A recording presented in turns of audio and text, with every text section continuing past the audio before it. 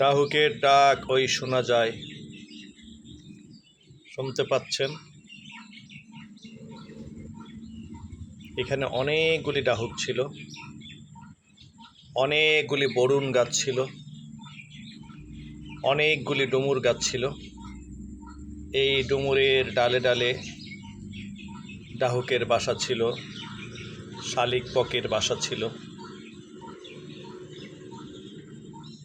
এক সময়ের সরকারি পদক্ষেপে এই গাছগুলোকে কেটে ফেলা হয়। নগরায়নের লোভ দেখিয়ে এলাকার মানুষের জমি দখল করা হয়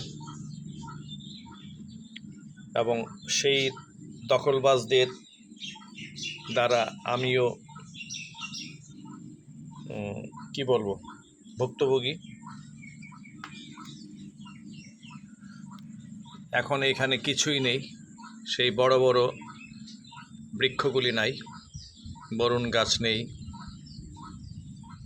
বট পাকুর গাছগুলি নেই, ডুমুর গাছগুলি নেই।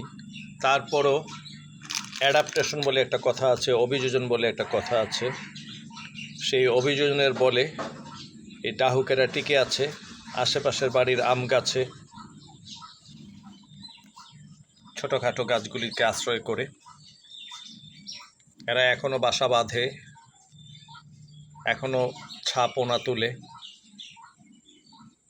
এই যে ডাহুকটা ডাকছে,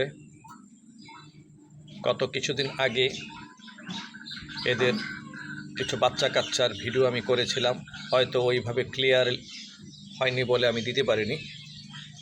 কালো কালো মুরগির বাচ্চার মতো ছোট ছোট বাচ্চাগুলি খুবই সতর্ক, বিপদ সংকেত পেলেই এই কচুরিগুলির ভিতরে তারা হারিয়ে যায়, পালিয়ে যায়, আত্মরক্ষার্থ অবস্থান নেয়। এখানে এখনও প্রায় 6 থেকে 7 জোড়া ডাহুক দম্পতি আছে। কামনা করি এরা ভালো থাকুক।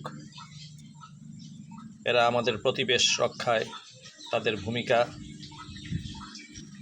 অনস্বীকার্য। তো এদের প্রতি ভালোবাসায় আচ্ছন্ন হয়ে থাকুক আমাদের মন, ভালো থাকুক প্রতিবেশ, ভালো থাকুক বন্যেরা। শুভ সন্ধ্যা।